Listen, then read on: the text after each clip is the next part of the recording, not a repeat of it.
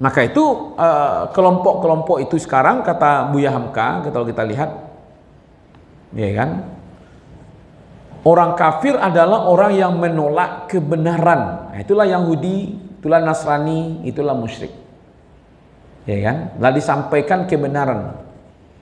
Orang kafir ini akan berpegang teguh pada nenek moyang mereka sampai Nabi datang. Setelah Nabi datang, ada yang berubah kepada Islam, orang Yahudi tadi, ada yang Nasrani berubah kepada Islam, ada musyrik yang berubah kepada Islam, ya kan? Tapi ada juga yang bersikukuh dengan keyakinan mereka. Itu kata Buya Hamka.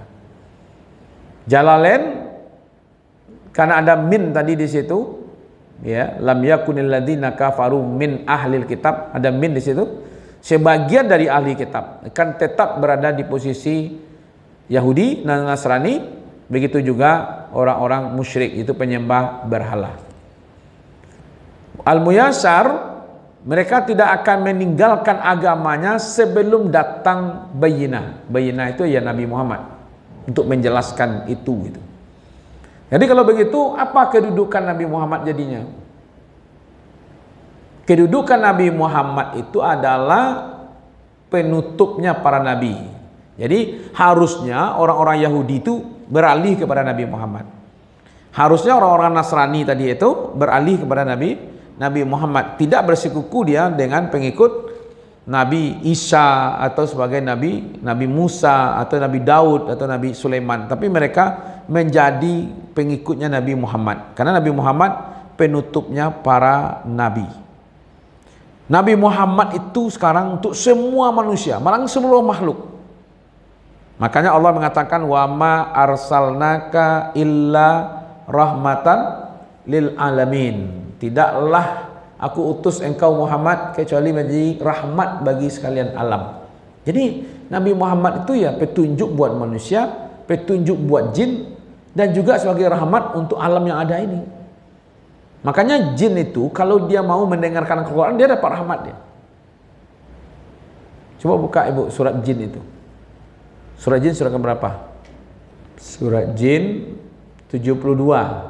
Itu ayat-ayat pertama sudah mengatakan begitu. Kul uhiyya ilayya annahu istama'a nafaru minal jinni faqalu inna sami'na qur'ana ajaba yahdi ila rusdi fa amanna bih walan nusyrika bi rabbina ahada.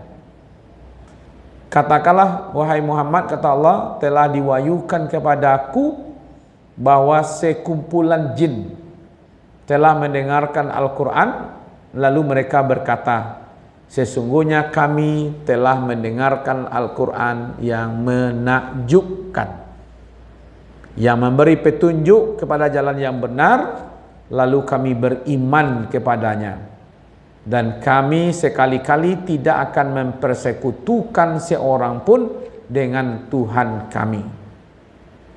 Itu tandanya ibu-ibu, jin saja mendengarkan Al-Quran terkagum-kagum, lalu dia beriman, nggak mau dia mensyarikatkan Allah. Jadi kalau dulu manusia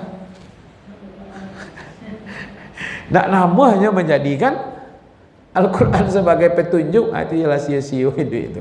Jin saja tuh, padahal Al-Quran ku bukan untuk jin.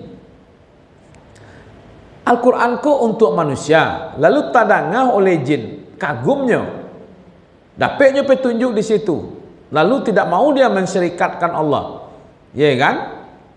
Lalu dia beriman kepada Allah. Bayangkan, hanya selayang sajanya mendengar, sehingga Allah berfirman, Allah kepada Nabi Muhammad menyampaikan, katakanlah wahai Muhammad, apa yang dikatakan, telah dia tahu kamu bahwa ada sekelompok jin mendengarkan Al-Quran, lalu jin itu takjub dengan Al-Quran itu, ya kan? Lalu dia mendapat petunjuk dari Al-Quran itu, lalu dia beriman kepada Al-Quran itu, lalu dia tidak mensekutukan Allah semenjak dia mengenal Al-Quran, bahwa Allah maha tinggi, maha besar, dan tidak beristri, tidak pula beranak. Itu jin saja percaya ibu. Padahal Al-Quran bukan hudal lijin, tapi hudal linnas. Al-Quran untuk manusia, jin dapat hidayah hanya kita. Sementara itu Al-Quran untuk kita, itu menunjukkan tuh ibu-ibu, ya. Nah, kembali kepada ini.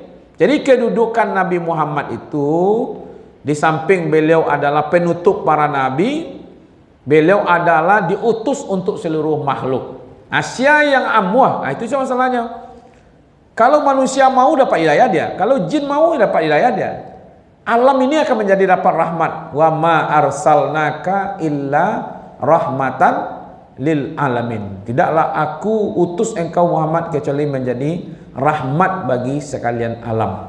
Jadi Nabi Muhammad disinilah posisi membawa bukti yang nyata, ya, bayyinah, itu dia. Ya, menjadi bukti yang nyata tentang Islam. Nah, bagaimana dengan Yahudi Nasrani? Dia tahu sebenarnya, Bu. Yahudi Nasrani sudah tahu akan datang Nabi, tapi mereka tidak menyangka yang datang itu di luar kaumnya. Itu aja jadi masalah sebenarnya, ya kan? Di babeda suku, di babeda tanggal lahir, kampung, akhirnya mereka menolak. Padahal agama yang dibawa Nabi, ya kan, adalah sebenarnya sesuatu yang akan merubah kebiasaan mereka yang buruk. Agama mereka itu berdasarkan untuk suku. Makanya ya Bani Israel, kan begitu kan? Kalau Nabi Muhammad enggak, ya Yohanes untuk seluruh manusia, ya kan?